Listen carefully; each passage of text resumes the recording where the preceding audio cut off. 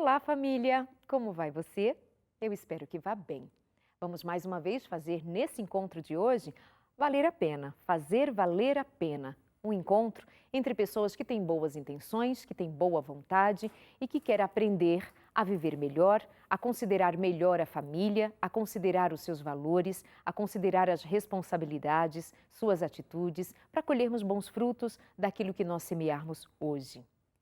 Nós vamos falar de educação, nós vamos falar de ajudar os filhos, vamos ajudar aos pais e vamos nos ajudar também uns aos outros. O que será que nós estamos ensinando aos nossos filhos com a nossa vida, mais do que com as nossas palavras? Veja que nós temos vivido dias bem difíceis, quando fora da nossa casa são ensinadas maneiras, ensinadas regras ou desconstruído maneiras e regras ensinadas pela família e nós ficamos até muito assustados. E muitos de nós vamos a público dizer das nossas opiniões quando vemos crianças sendo expostas à nudez adulta, quando vemos as famílias deixando que as barreiras que as resguardam no cuidado com os filhos, no cuidado com o casamento, sejam derrubadas por ideologias, filosofias, ideias humanas, sem considerar a saúde mental, emocional e espiritual dos nossos filhos. E nos queixamos e dizemos nas redes sociais e falamos na roda de amigos e dizemos que o mundo está chegando ao fim.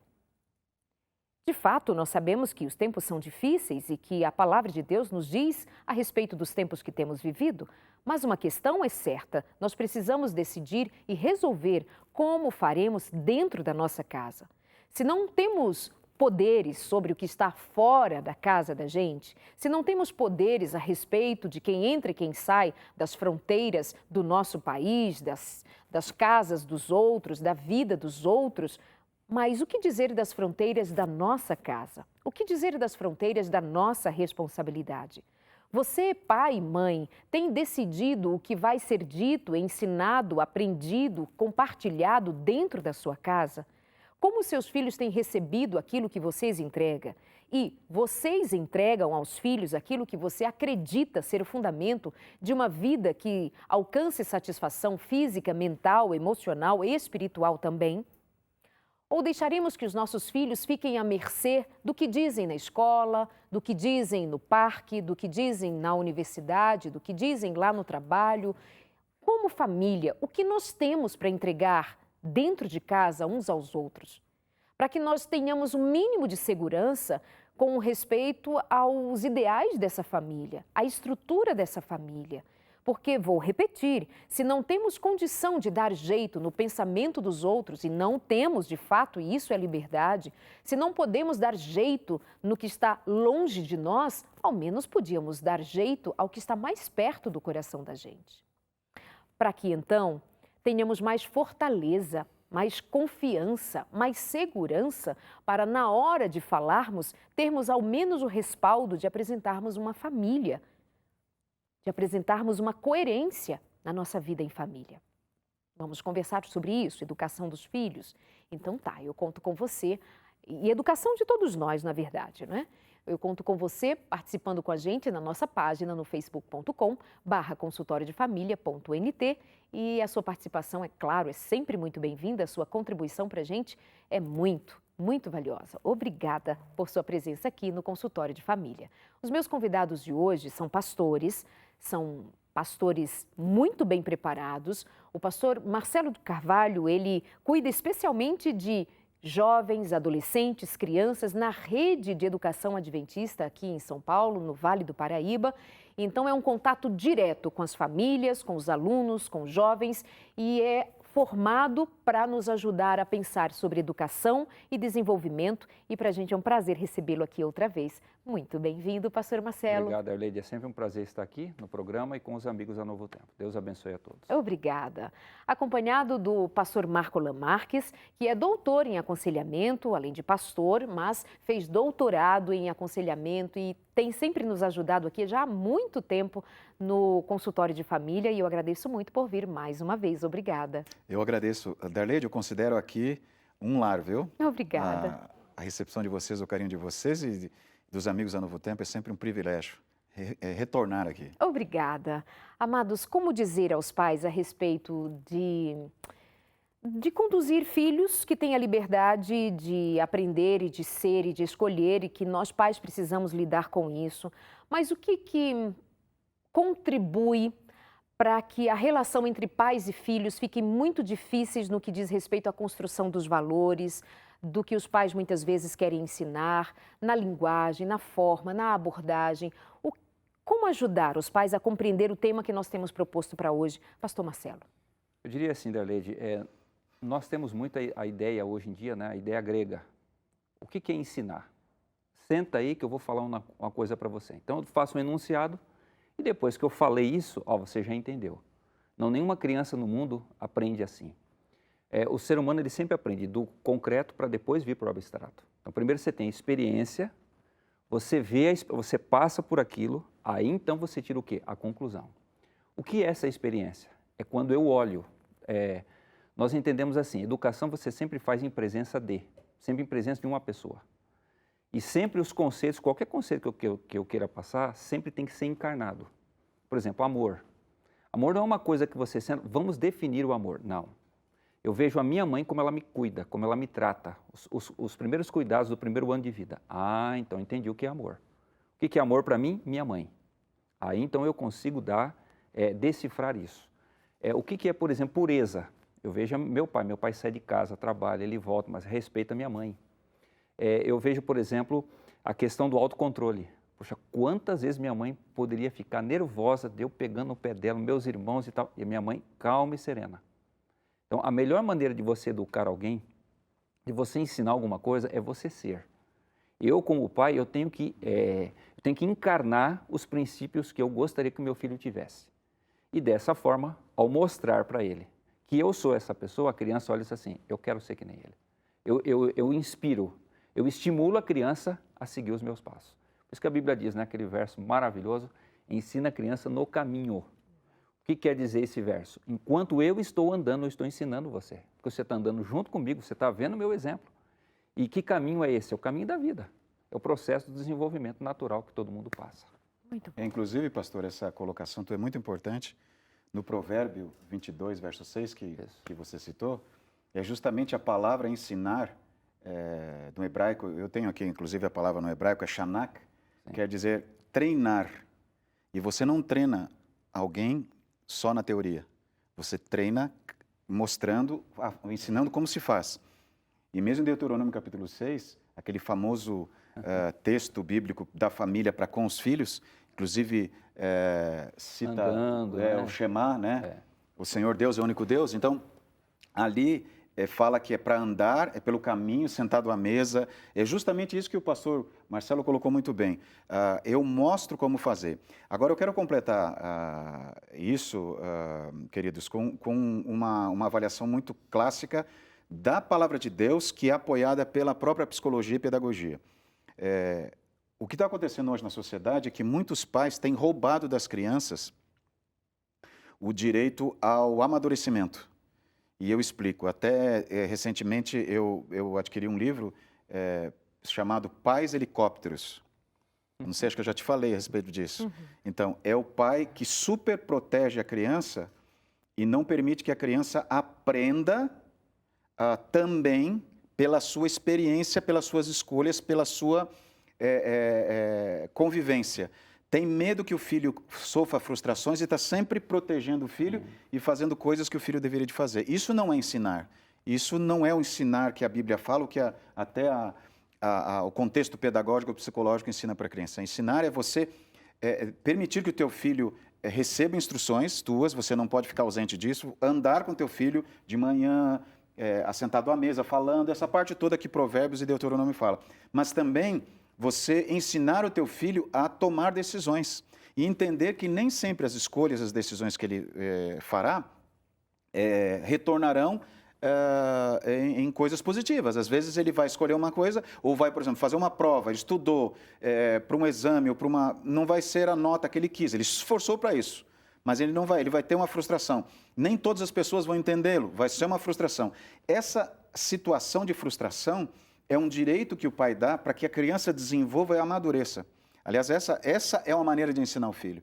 E o que nós temos hoje na sociedade? Nós temos hoje na sociedade mães protetoras, pais protetores, e aí as crianças às vezes crescem. Então, hoje nós temos adultos aí que são imaturos, porque foi roubado deles esse direito a amadurecer. experiência prática. A experiência que é, como o pastor Marcelo disse, não é só uma teoria. Filho, você seja, é mostrar honestidade dentro da casa, é mostrar honestidade nos negócios da família, é mostrar honestidade quando o pai está fazendo uma conversão, tem a fila para entrar à esquerda, e ele sai pela direita e vai lá e corta a frente, todo mundo, aí o filho fala, pô, isso é honestidade, então eu posso. Ele está andando no caminho junto com o pai, ele está vendo. Pastor, eu só vou citar um exemplo, que eu sei que os pais que estão me escutando vão falar, ai, puxou a minha orelha. Já sei que você vai falar. Porta de escola. Fila dupla, né? Isso, porta de escola é o exemplo clássico. O menino chega assim e fala, meu pai cobra tanto de mim, quando vem me trazer aqui na escola, olha só, ele fecha a rua, Estaciona ainda briga com os outros para me colocar onde? Dentro da sala de aula, porque eles não querem parar na porta da escola.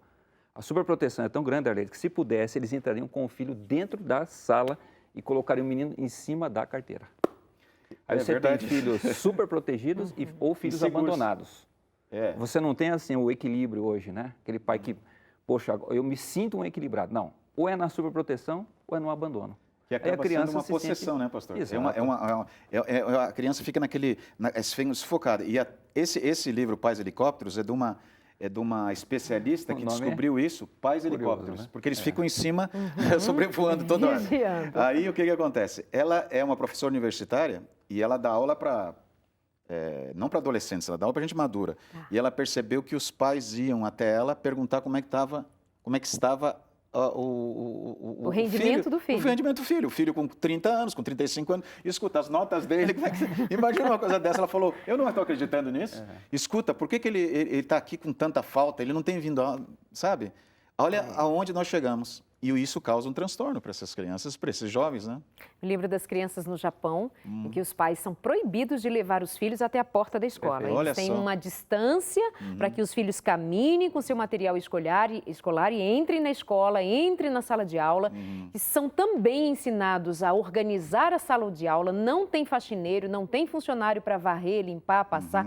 Eles passar vassoura ou pano, lavar banheiro. Os alunos, os professores, a família faz isso. Então, isso dá um ganho de responsabilidade muito grande. Claro que tem os seus exageros naquela sociedade, mas é dos extremos que a gente deve fugir.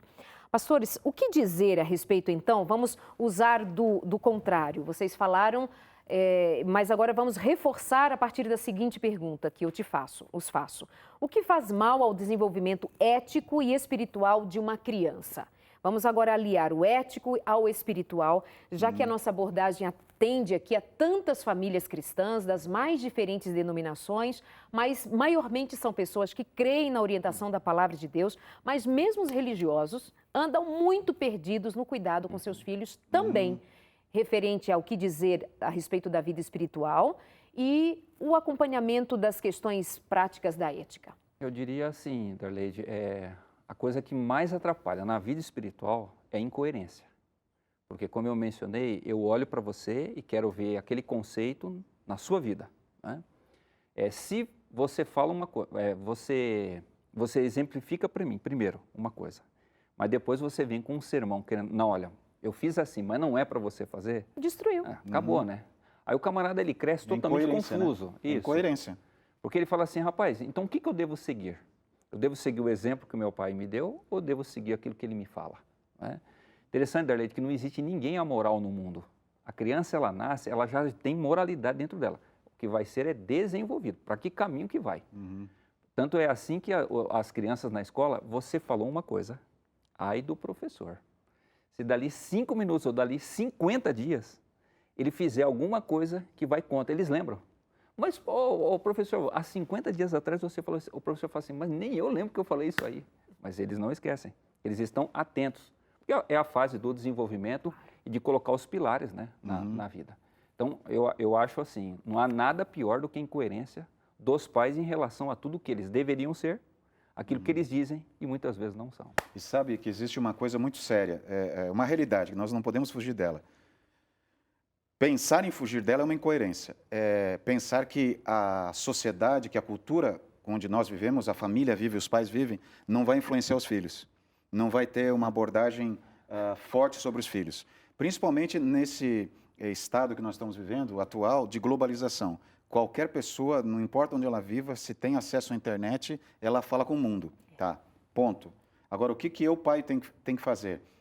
Não quer dizer que, pelo fato da sociedade ter decisões, ter atitudes, e muitas vezes, infelizmente, imorais e destruturadas, disfuncionais, que eu tenho que simplesmente soltar os meus filhos e dizer assim, olha, ele tem que fazer a escolha, ele tem que decidir. Não.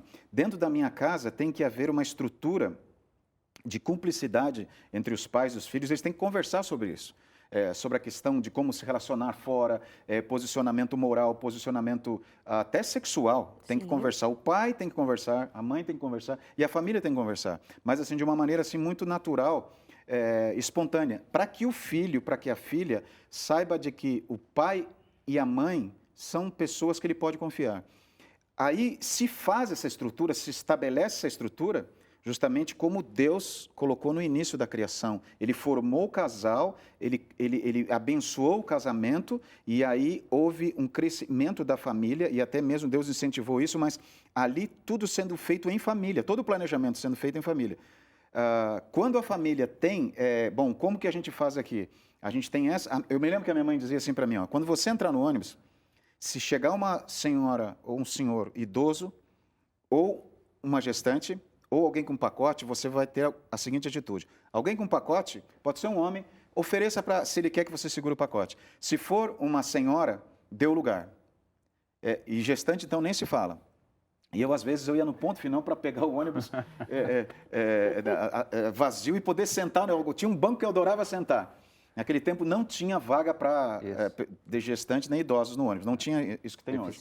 Era não tudo tinha. na base da educação. Não, era na base da educação. E eu sentava ali e até o meu trabalho, eu levantava às 5h30 da manhã para chegar no meu trabalho, era 1h30. Eu penso, daqui até lá eu durmo. Aí eu ficava aqui, mas parece que toda grávida, todo idoso ficava do meu lado. E o que acontecia? Eles chegavam quando o ônibus estava assim, mas ali estava assim.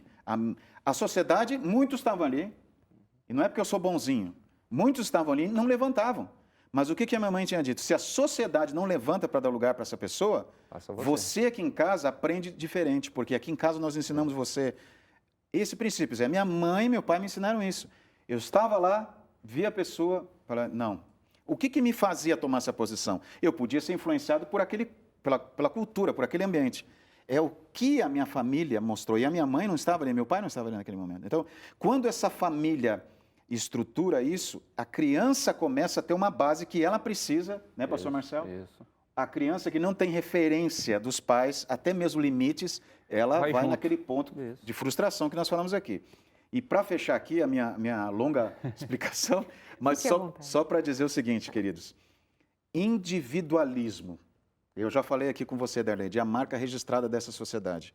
Se em casa eu aprendo o filho, o maninho, repartir o lanche com a maninha, comprou iogurte aqui, esse iogurte é de vocês dois, a mana lava a louça, você seca, você lava, a mana seca, você vai tirar o pó com o aspirador, a mana vai passar o lustramóveis. Então, aprende uma divisão, aprende um relacionamento social, não no individualismo, que é o egoísmo. Quer dizer, eu vou viver para mim. E o que se vê fora, nessa cultura nossa, infelizmente? Um incentivo ao individualismo, que não é individualidade. Individualidade é aquilo que nós somos. Só deixar claro, o individualismo é uma estrutura egoísta. Então, quando a família ensina esses valores em casa, a criança vai sair, ela vai ver tudo isso. Não vai ficar isenta. Não vai ter uma redoma em cima da criança, ela andando, ele é cristão, Não, ela vai estar vendo. E o que vai fazer ela se posicionar? O que vai ser mais forte, né? Fora ou dentro? É isso. Você está acompanhando o consultório de família. Hoje nós estamos conversando sobre o papel dos pais, o cuidado que os pais devam ter no ensino, na vida prática dos seus filhos. Muitos pais estão apavorados com as propostas que surgem fora de casa, com as propostas na área da sexualidade, com as propostas na área da liberdade, dos relacionamentos, do consumo, da religião, da fé. Uma proposta ou propostas que muitas vezes vêm absolutamente contrariar, de encontro absurdo ao que muitas vezes as famílias têm como proposta de família. Só que, às vezes, a nossa proposta de família está na teoria, no pensamento, na possibilidade, mas nós estamos com uma certa falta de coragem e atitude de sermos mais assertivos na maneira de ensinarmos e de dividirmos as nossas crenças com coragem, não fora de casa, não opinando nas redes sociais somente, mas vivendo na prática com seus filhos, marido e mulher, você que não tem filhos, mas como é que você vive a sua vida conjugal? Como é a estrutura nesse relacionamento? Será que está amarrado, seguro, está forte, está fundamentado em amor, em respeito, em cumplicidade? O quê, né? Então, é bom ter você aqui com a gente sempre para nós pensarmos, discutirmos sobre essas questões e, claro, sempre trazendo para a nossa vida prática. Pastores, como proteger, então, os nossos filhos do mau caminho, vai dizer um pai e uma mãe? Como protejo os meus filhos, por exemplo, das drogas? Como é que eu protejo meus filhos de uma gravidez na adolescência? Já que eu não posso prender meu filho em casa, eu não posso privá-lo de ter contato com o social, e nem é essa a proposta aqui, por favor. Mas os pais ficam também apavorados quando eles querem e não conseguem, não podem. O que dizer? Digo assim, Darleide, olhando aquilo que nós já falamos aqui, os pais eles passam um modelo do que fazer quando você tem um problema. Então, a criança olha e fala assim, bom, meu pai tem problemas, viver é ter problemas, e resolvê-los. Bom, meu pai resolve os problemas dele desse jeito. Então, essa é a maneira de fazer. Então, você mencionou várias situações aí. A criança olha e fala assim, como é que meu pai resolveu a questão da sexualidade dele quando ele tinha a minha idade? Então, por isso que o pastor Lamarck falou, eu tenho que conversar. Mesmo que eu tenha errado quando eu fui jovem, adolescente, mas é bom eu sentar com meu filho, filho, ó, eu quando tinha a sua idade, eu tinha as minhas pulsões sexuais, eu me equivoquei. Olha, eu fiz isso, mas ó, eu aprendi uma lição que eu quero passar para você. A criança não é tonta. Ah, pai, agora eu estou aprendendo. Eu também não quero ir por esse caminho. E a gente escuta isso o tempo todo, eles falam, pastor, eu não quero repetir o erro que os meus pais repetiram. Então, o pai aprendeu, passou para o filho, e como a comunicação foi direta, a criança, não, eu aprendi o que eu devo fazer. Agora, quando isso não é passado, a criança vai se deparar de novo com o problema, e o natural é a gente fazer o quê? Filho de peixe, peixinho é. A gente repetir os mesmos erros que os nossos pais repetiram, porque eles não aprenderam. Como é que eu vou aprender agora? Né? Então, assim, outra coisa, não dá, como o pastor Lamarck mencionou aqui, não dá para eu superproteger. Lembre-se, Deus colocou Adão e Eva num paraíso. Ele não colocou no fim do mundo. Permitiu ali a árvore da ciência do bem e do mal. Só que não colocou 26 diáconos em volta dizendo, ó, tira a mão daí. Não, a árvore estava lá. Ele só mencionou que, ó, eu já eduquei vocês. Não é para chegar perto. Direito de escolha. Mas eles tiveram a oportunidade. Se quiser, pega. Agora, se fosse vocês, eu não faria isso. Possibilidade de escolha. Então, ele educou, ele fez a parte dele. O que a gente vê hoje é que ou o pai não faz nada na educação, ou ele superprotege. Então, nenhum lado e nem outro educa. Não prepara você para quando você... Bom, agora que eu estou diante do problema, o que eu faço? E aí vem... dificilmente você vai encontrar gente como José, que não teve exemplo lá em casa, e mesmo assim, quando estava lá, foi firme, porque todos os irmãos de José erraram naquele problema, na vida sexual. É difícil você encontrar camaradas que são assim. José conseguiu. Mas o exemplo que ele nos deixou ajuda a gente, que mesmo que você não tenha tido uma educação legal bacana, você olha para um exemplo de uma pessoa dessa e fala assim, eu sei o que fazer quando a tentação chegar. Agora, nós estamos falando de os pais serem exemplo, modelo, de serem o pilar forte para sustentar a imagem, a estrutura, enfim, da família. Mas então eu acho que devo perguntar a vocês, o que está acontecendo com os pais? Se os filhos estão em falta, se há esse desencontro, o que está acontecendo com o adulto nesse momento que não tem as rédeas da família nas mãos? Então o problema não está com os filhos, está com os pais? A necessidade de assumir essa responsabilidade. O que está acontecendo? Tanto a questão de estruturar os valores da família dentro da família, para viver nesse mundo que a gente falou, como também atitudes. Eu tenho aqui, para dar um exemplo muito importante que você falou, 4 tipos de pais. Okay. Primeiro, o pai permissivo, tem o pai negligente, o pai autoritário e o pai com autoridade. Como é que funciona isso? O pai permissivo, ele tem mais amor e menos limite. Mais amor, ele tem bastante amor, mas não tem limite, seu pai é permissivo. O pai negligente, ele tem menos amor e menos limite. Menos limite. Ele não tem limite nem tem amor. Aí vem o pai autoritário.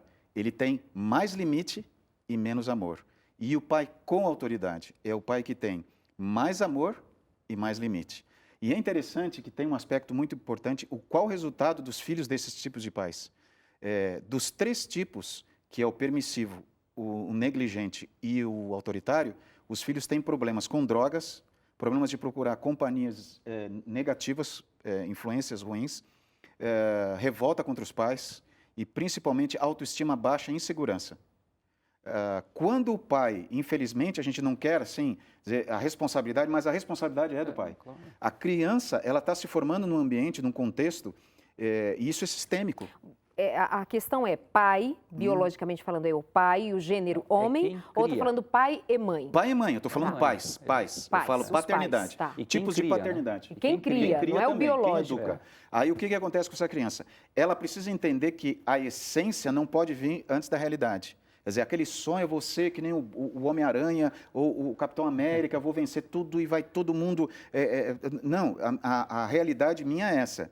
Eu tenho pessoas ruins lá fora, eu tenho pessoas que têm atitudes erradas, tem pessoas viciadas, tem pessoas que vão querer me enganar, tem pessoas que vão me magoar, mas o que eu tenho? A minha realidade qual que é? Então, isso ele só vai aprender quando o pai tem mais amor e mais limite. Ele tem esse equilíbrio, ele ama e ele tem limites.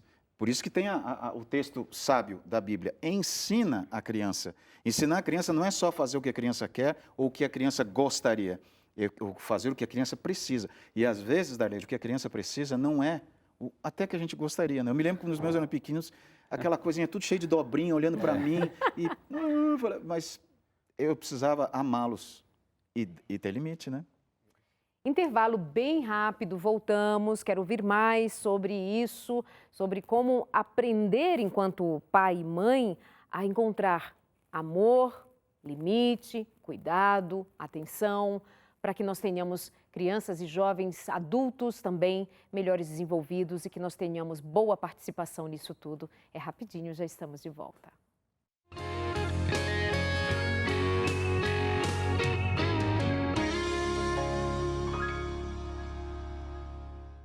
Coisa boa ter você aqui com a gente. Esse é o Consultório de Família. Nos assentamos aqui toda semana para um encontro muito especial com você e eu espero que outra vez estejamos sendo úteis aí na sua vida, na sua casa, na sua família. Hoje falando de educação e do cuidado dos pais com os filhos, no cuidado que devamos ter e pensar mais sobre esse relacionamento tão bonito que faz toda a diferença para uma vida inteira. Quero lembrar a você para cuidar da saúde da sua família. E nós queremos ajudar você de modo prático, não somente na teoria aqui de falar que desejamos para você o melhor. Não, queremos compartilhar com você a boa informação, o bom estudo, a boa palavra. Por isso eu tenho aqui a revista Fique Leve, que é um curso de saúde para você receber em casa de presente. Nós mandamos pelo correio. E ao receber, você estará dando início a um curso de saúde. Aqui nós falamos sobre enfermidades emocionais, como, por exemplo, depressão, ansiedade, falamos sobre obesidade, falamos sobre que são as questões mais físicas. Nós vamos falar aqui não somente dos problemas, mas vamos apontar as soluções e um bom caminho para você se utilizar dos remédios e os remédios naturais, de maneira que você colha em sua própria vida uma melhor qualidade de vida e que a sua família seja assim abençoada com sua decisão de pedir a sua revista. Liga para a gente e pede a revista, nós vamos mandar com muito carinho. 0 operadora 12 21 27 31 21. Aparece aí no seu vídeo. Nós temos realmente um prazer enorme de receber a sua ligação, seu contato, pedindo a revista Fique Leve, um curso de saúde. Ao final, tem até certificado e presente para quem conclui todo o curso de saúde chamado Fique Leve. Vamos continuando conversando com o pastor Marco Lamarques e o pastor Marcelo de Carvalho. E a proposta hoje é a reflexão do que os pais estão fazendo com os filhos, do que os filhos estão esperando dos pais, do que a vida está pedindo, para que nós, então, tomemos consciência e consigamos dar uma arrumadinha na casa, naquilo que está fora do lugar, nesse relacionamento entre pais e filhos. Por vezes, nossa incoerência, nossas palavras ou falta delas, nossas atitudes ou falta delas, tem feito filhos muito sofridos, filhos muito inseguros, filhos muito insatisfeitos, muito infelizes. E nós vamos nos perguntar, qual é o remédio para isso? O remédio é amor e limites, como bem dizia o pastor Marco Lamarques, antes de irmos para o nosso intervalo. Pastor, há um tempo nós experimentamos um tipo de paternidade que era uma paternidade mais austera. Era do pai, e ainda nos gabamos de dizer. No nosso tempo, meu pai dizia assim, fica quieto, menino. Mas bastava um olhar que eu já entendia. Meu pai não precisava falar, minha mãe não ficava falando toda hora. Ele olhava para mim, eu já sabia. Via sobrar para mim. Ai, nós nos gabamos disso. Mas nós temos uma certa ressalva com aquele tipo de paternidade, né? E hoje nós facilitamos muito. A criança diz, não, eu não quero. E a criança, ô filhinho, chega no restaurante e diz, você quer sentar, filhinho? O que quer comer, filhinho? Então é uma outra maneira de ser pai e mãe. Pedocracia, né? A Como criança é que é que isso? manda, né? Hoje Sim, a criança não sim. manda. O que é isso? Por que nós saímos de lá, viemos para cá, assim, tão... Eu acho que os extremos, tem extremos dos dois lados, né? Eu sei que aconteceram exageros nesse tipo de educação, mas assim, sabe o que me deixa intrigado? Não sei se o pastor Marcelo, como educador, já percebeu isso também, mas assim, mesmo esses excessos, que eu não estou apoiando isso, eu acho que isso aí não está certo, mas mesmo esses excessos, eles não transformaram a sociedade no que nós estamos vendo hoje. Isso.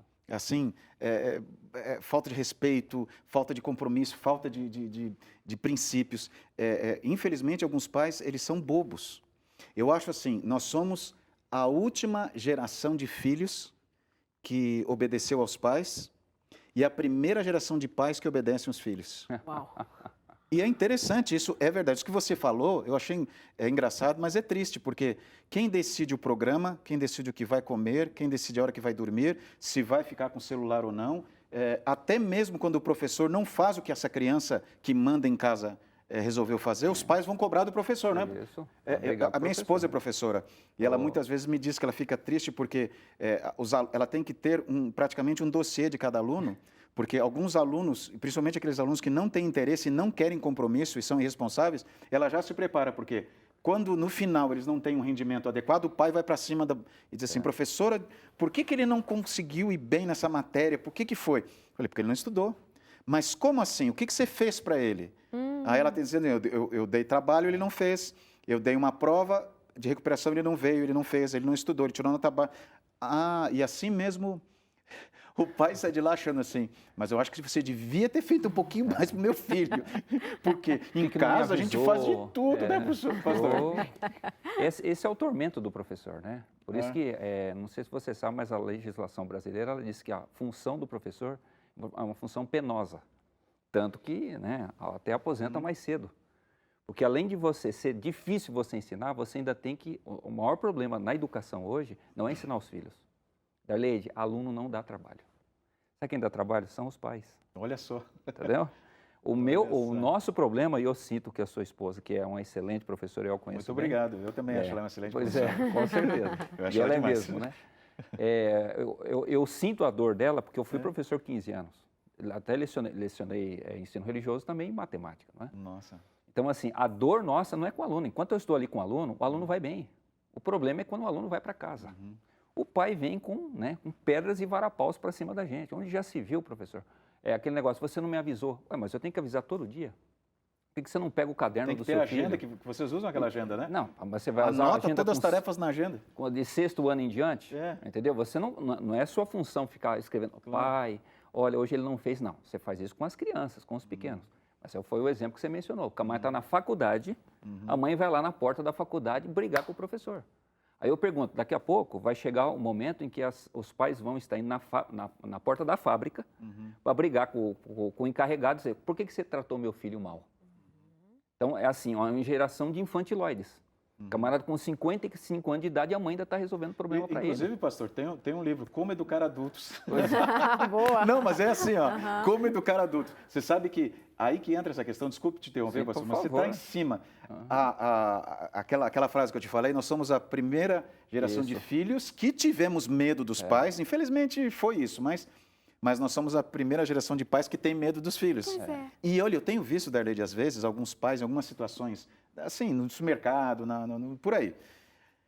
a criança ela tem um controle sobre o pai e o pai fala, mas você quer isso? Ah, não faz aquilo. Não, mas não, não, eu não. E assim, ele está exposto ao ridículo, a uma situação, sabe, vexatória, né? Todo mundo olhando assim, feio, aquela criança fazendo... Ele não consegue porque ele tem medo de uma coisinha desse tamanho. Eu não estou dizendo para espancar o filho, não. Mas colocar o limite. E sabe o que é pior, gente? Sabe o que é pior? Essa criança vai crescer extremamente frustrada. Porque o pai não ensinou para ela limites e ela não aprendeu a lidar com frustração, quando esse desenvolvimento, principalmente na primeira infância, deveria ter acontecido. Aí quando ele fica maior, o pai diz assim, não, ele vai me amar quando ficar maior. Não. Ele vai ter ódio de você. Por isso que é a história daqueles 3 tipos de paternidade em que a criança fica revoltada com os pais. E o que aconteceu com esses pais, minha gente? Por que saímos de lá para cá, pastor? Só vou mencionar o seguinte, Darleide, o mandamento é claro, honra teu pai e tua mãe. Interessante que o mandamento não manda amar. Porque para você amar, primeiro você precisa sentir honra. O que é sentir honra? É ter respeito. Então, primeiro vem o respeito, para depois eu amar. Agora, como é que eu vou amar um pai? E quando eu tenho 3 anos de idade, eu tenho lá 1 metro, né, não chega nem 1 metro, o camarada tem 2 e ele não se impõe sobre mim. Então, eu nunca vou sentir respeito e dificilmente eu vou amar. Então, o futuro de um pai assim, eu vejo assim como triste. Quando ele chega na velhice, por que os meus filhos não me amam? Porque você não foi a referência que você precisava. Né? Eu diria assim, Darleide, a gente se perdeu porque, eu volto aqui naquilo que o pastor Lamarck mencionou, o individualismo. Hoje, eu não quero mais ser pai, eu quero continuar sendo filho. Eu quero pensar em mim, nas minhas necessidades e naquilo que eu gosto. Porque, Darleide, nós 3 aqui somos pais, a gente sabe que o dia que você se torna pai, sua vida muda por completo. Até o dia que o meu filho nasceu, eu pensava, eu vou viajar, eu vou fazer isso, fazer... A criança nasceu, eu vivo em função da criança. É uma dedicação completa. Ela total. depende de você. Isso. E a gente se entrega por aquele ser ali, né? Aquele amor, aquele carinho. A gente deixa de trocar o carro pensando o quê? Pagar a escola, né? Quantos sacrifícios. Eu sou grato eternamente aos meus pais que fizeram de tudo para que eu e a minha irmã pudéssemos estudar. Então, a honra que eu sinto por eles é essa, entendeu? E eu espero que os meus filhos sintam isso por mim também, porque eu também pago o preço da educação. Mas não, hoje a gente quer fazer o quê? Hoje eu quero ser gatinho até os 50 anos de idade. E se eu tiver filho, mano, eu não vou deixar de ser gatinho também. Então, se você quiser, você sabe, né? É muito comum você ver assim, a menina está florescendo, mas a mãe não deixa. Não, eu continuo gatinha também. Então, daqui a pouco aparece lá na sala, a menina está para sair, a mãe aparece lá com aquela saia, com aquela calça, né? Toda de jovem. Mãe, a senhora vai passar vergonha, mãe. Não faz uma coisa dessa, a senhora vai me envergonhar. Não, mas eu não quero deixar de ser adolescente, né? Então, nós fomos perdendo uma referência do tempo, a referência do lugar que nós temos que ter. Paulo diz assim, um dia eu fui criança, hoje eu sou adulto. Então, quando eu era criança, eu fazia coisa de criança. Hoje que eu sou adulto, eu faço coisa de adulto. Nós fomos perdendo a linha do tempo.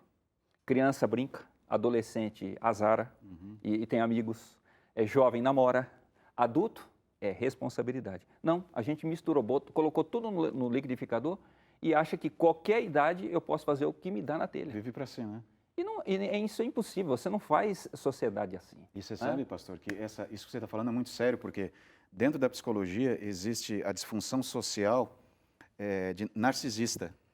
Tem mães que disputam com as filhas. Elas disputam, mas não é assim só querer se vestir como a filha que você falou. Ela se incomoda quando a filha começa na adolescência, na pré-adolescência, desenvolver o corpo e tomar formas de mulher, né? Algumas mães se tornam agressivas com a filha e começam a perseguir, falar de maneira negativa da filha, porque a filha representa para ela o espaço que ela considerou sempre dela. E alguns pais fazem isso também, alguns homens, pais fazem isso também. E além de fazer mal para si próprio, porque fica vivendo a essência que ele criou fora da realidade dele, ele é um homem, não quer dizer, agora eu vou largar, não vou me vestir de qualquer jeito, não. Se cuida, faça o seu exercício, cuida da sua aparência, mas assim, você é um adulto, você não é adolescente. E tem mãe que se veste como se fosse adolescente. E briga com a filha e às vezes até meio que parece que está querendo disputar o espaço com o namorado da filha. Agora vocês tocaram num tema que me fez pensar que também seja necessário falarmos um pouquinho das implicações disso tudo, e é claro que isso aqui é um resumo, é uma chamada para nós pais ficarmos atentos ao nosso papel de pai frente ao desenvolvimento dos filhos. Nós queremos ter filhos bonitinhos nas redes sociais, postar fotinho, dizer que é neném, que é bonitinho, etc. Mas nós não nos preocupamos no que nós estamos entregando de conteúdo para depois virmos nossos filhos crescendo com valores, com a capacidade de entregar um filho para a sociedade e esse filho fazer a diferença positiva na sociedade. É por isso. Vamos falar um pouquinho de sexualidade? Como que essas questões passam pelo desenvolvimento sexual dos filhos? Implica ou não implica? Passa por aí ou não passa? Passa totalmente, porque você não tem nenhum ser humano que não nasça sem sexualidade. Sexualidade nos acompanha a vida toda. Aliás, você é ser humano porque você também tem a sexualidade, não é? Que você usa para prazer, você usa para reprodução e também para você ter um lugar social, né, com a sexualidade que você possui. Né? Então eu diria assim, Darleide, a sexualidade você não ensina quando o menino faz 18 anos, você começa a pensar, agora vai querer namorar. Não, é desde que nasce, porque desde que nasce tem sexualidade.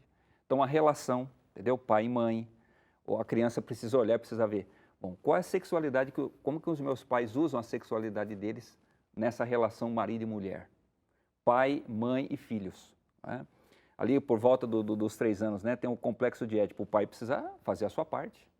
Cortar o cordão umbilical dali dos filhos. Você diz, filho, aqui, a sua mãe é minha. Mas você tem muitos filhos que são filho cônjuge da mãe. A mãe é casada com o filho, ela não é casada com o marido. E fica uma relação totalmente disfuncional. Depois, quando chega na adolescência. Sem falar nos pais, desculpa, sem falar nos pais que deixam os filhos com a mãe e acaba o casamento. E nós vimos esse... Exato. E não é referência para o filho. Infelicidade, não é? Tudo bem, se o casamento acabou, a gente lamenta. Não deveria ter acabado, mas acabou. Mas eu não posso abandonar meu filho. Filho é para sempre. Eu tenho que ser referência. Então, vou lá, visito. Né? Eu não estou mais casado com ela, mas eu não divorciei dos meus filhos. Eu tenho que ser referência para ele. Né? Então, acompanhar o filho em cada momento. Vai chegar uma hora, filho, agora você se casou. Leide, você tem uma menina, né?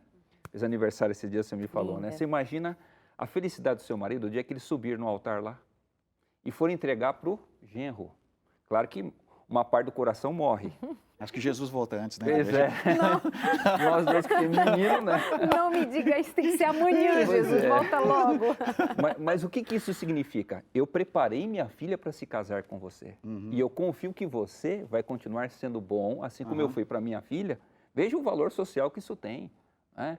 Agora, se eu não faço nada, que sentido faz eu entrar lá na igreja e entregar minha filha para o meu genro? Não faz sentido nenhum. Então, eu como pai, eu tenho que assumir isso. No nosso caso aqui, nós temos meninos, nós vamos fazer o quê? Eu lá, mas não vamos fazer o casamento do nosso filho. Nós não vamos entrar, mas vai entrar a mãe. Então, a mãe vai entregar para a nora. Isso tem um valor incrível, né? É maravilhoso. Isso mostra, olha, nós assumimos quando nasceu, tudo até aqui. Então, agora nós estamos entregando para você. Eu só encerraria minhas palavras dizendo o seguinte, Darleide. Tudo muda quando você percebe assim, eu nasci para ser líder. Eu, pai, sou líder. Eu não sou um cara que está brisando. Eu nasci para ser líder. E, aproveitando o texto bíblico, treinar. Eu estou treinando esse menino para ser um líder. Esse filho não é meu, ele é de Deus. Deus me deu por um tempo e eu estou treinando para viver na sociedade. Quando a gente pensa assim, acaba esse negócio de eu tenho que dar um tablet, eu tenho que dar isso. Sabe aqueles mimos? Quando você tem que treinar uma pessoa, não existe mimo. É uma compensação, né, pastor? Isso. Você não tem nhenhenhê. Você treina o menino para viver o quê? A vida adulta. Aí a sua educação, ela muda. Tanto para você quanto para a criança. Eu acho assim também que se nós criarmos um princípio, pastor, viu, Darleide, com os nossos filhos, do altruísmo e a questão do sexo, a base do sexo é altruísta. O sexo se torna pecado quando ele é egoísta. E é o que nós temos visto nesse século, principalmente nessa última década, uma projeção de egoísmo. O sexo fundamentado dentro do individualismo. Até nós já falamos aqui sobre a questão da pornografia, ela está fundamentada totalmente nisso. Então, quando a criança entende o altruísmo vai fazer bem para ela e é um princípio de Deus que vai trazer felicidade, vai fazê-la feliz, até a questão sexual vai ser fundamentada nisso. Porque ela não vai buscar o prazer simplesmente por prazer, buscar a satisfação unicamente dela. E quando ela sai de casa, ela sabe que ela não está preparada para um casamento, para uma relação de compromisso, ela vai respeitar o outro também e vai respeitar a si própria, mas assim, o pai não vai precisar estar ali do lado. Ela vai ter os impulsos, porque uma criança, um adolescente tem normalmente, um jovem tem, mas assim, ele vai com toda a luta, ele vai se preservar por quê? Porque ele aprendeu que o sexo, ele foi criado por Deus para acontecer dentro de um compromisso do casamento. E esse compromisso do casamento envolve altruísmo. Ele não vai buscar isso como uma satisfação, seja para qualquer lado, qualquer extremismo, qualquer exagero. Ele vai se concentrar nessa questão. Agora, claro, vou falar sobre a questão sexual com os meus filhos, mas dentro disso, se não tiver esse princípio esclarecido para o filho, e aí vem aquela história de novo, treinar. Eu vou treinar o altruísmo com ele em vários setores da casa, da família, inclusive vou falar sobre a questão sexual com ele. Qual que é o objetivo de Deus quando criou homem e mulher e falou para eles, sede fecundos e multiplicai? Deus abençoou o sexo, não é uma coisa ruim. Deus criou sexo para o prazer, não é só para a procriação também. E a questão dos órgãos sexuais, enfim. Ele vai entender isso, eu esclareci isso para ele, vai dizer, filho, mas isso aí não é só para você. Aí eu posso até explicar sobre a questão física do homem e da mulher, que fisicamente Deus fez os dois para se sentirem prazer em tempo diferente, tanto para se preparar para o prazer ou para sentir o prazer. O homem é diferente da mulher, essas coisas básicas, sim, no momento certo, é claro, lá na adolescência. Mas assim, fundamentado nisso está o quê? Filho, filha, o sexo não é só para você. E você não vai ser feliz tendo prazer só para você. Ele é altruísta, não individualista. Então, isso seria a base para todas as áreas da vida. Que eu entendo, não sei se o pastor concorda comigo. Não, faz sentido. Seu fundamento, claro. Porque daí o menino vai lá, mas agora antes do casamento, e desse jeito, e dessa forma. Não, o princípio eu estou quebrando. O princípio não tem geografia, nem tem tempo. Princípio é princípio. Então, o individualismo está aqui ou é o altruísmo? O que está aqui?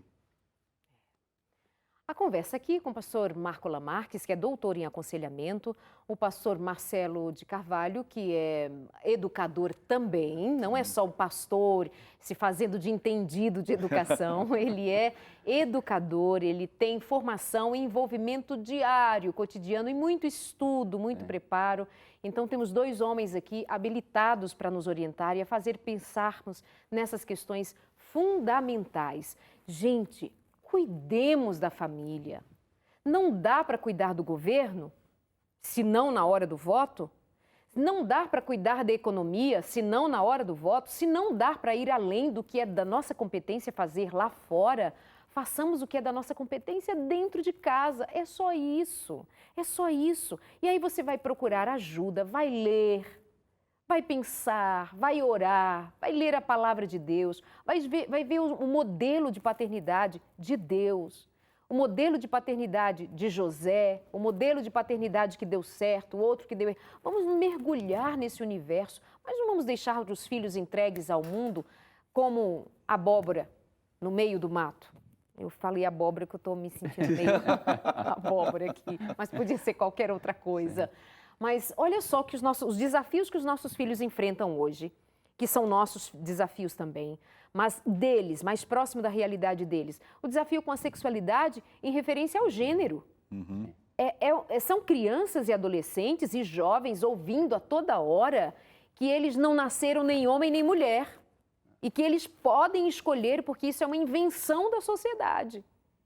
Quando nós temos a nosso favor a biologia, e nós temos a ciência, nós temos os cromossomos, dizendo, ei, gente, nasceu homem e mulher. E essa mesma ideia vai dizer que você não nasce homem nem mulher, mas você possivelmente nasce gay, homossexual. Olha a loucura, não nasce homem nem mulher, mas nasce homossexual. E aí nossos filhos estão largados, à mercê do que dizem lá fora, dessas ideologias completamente fora da caixinha, mas de tão repetitivas parecem verdades. E nós dentro de casa, com poder de voz, poder de autoridade, poder de amor, poder de acolhimento, poder de manutenção e tudo que uma família tem, afeto que deva haver mais do que dinheiro, e a gente não se posiciona dentro de casa e vai ficar à mercê do discurso lá fora? Então considere o seu lugar de pai e de mãe no diálogo, na presença e na atitude. porque senão dirão a nós o que devamos fazer e nós só diremos sim, senhor, sim, senhora. Vai chegar um filho de 6 anos de idade e você que é pai e mãe adulto vai dizer sim, senhora, filhinha, sim, senhor, filhinho. E para onde nós vamos? Numa sociedade dominada por essas ideologias, essas loucuras. Façamos alguma coisa dentro de casa, agora. Pastor. Eu diria assim, Darleide, no passado muito remoto, quem mandava era a igreja. Depois nós inventamos assim, não, a igreja não tem que mais dominar, agora é o Estado. Então hoje nós pegamos a nossa autoridade que Deus deu para nós, sobre os nossos filhos, e nós fizemos o que? Nós terceirizamos. Então tudo é alguém de fora que diz para mim o que eu devo ser. Por isso que não tem como os filhos olharem para a gente, né, nessa geração, e falar assim, pai, eu vou te amar. Porque como é que você deixa aquilo que Deus deixou para você ser para mim, você deixa para os outros fazerem, entendeu? Então, a Bíblia fala, né, que no final dos tempos haveriam pessoas que não teriam nem o afeto mais natural possível. Por quê? Porque não tem como você ter afeto por uma pessoa que nasceu para ser, para mim, a referência e não quer ser, abdica disso. Então, eu apelo para cada pai que está aí sentado, como eu também, né, eu tenho que fazer esse apelo para mim, pastor, você também que é mãe, nós nunca vamos deixar de ser mãe e pai dos nossos filhos, né, para a gente assumir o nosso lugar. É duro ser pai, não é uma coisa simples, não é uma coisa fácil ser mãe, não é? Mas veja só, a maior alegria que nós vamos ter quando chegarmos no céu é o quê? Não vai adiantar as ruas serem de ouro se os meus filhos não estiverem lá, por favor. Não vai adiantar todo aquele paraíso lá se eu não ter a certeza assim, eu fiz de tudo para que os meus filhos estivessem aqui. Então a gente tem que ter esse compromisso. Eu vou assumir a minha parte. É dolorido, é estafante. Vai ter dia que eu não vou saber o que fazer, porque todos nós já passamos por isso, mas o Senhor vai me dar sabedoria para que eu possa fazer a minha parte na vida dos meus filhos.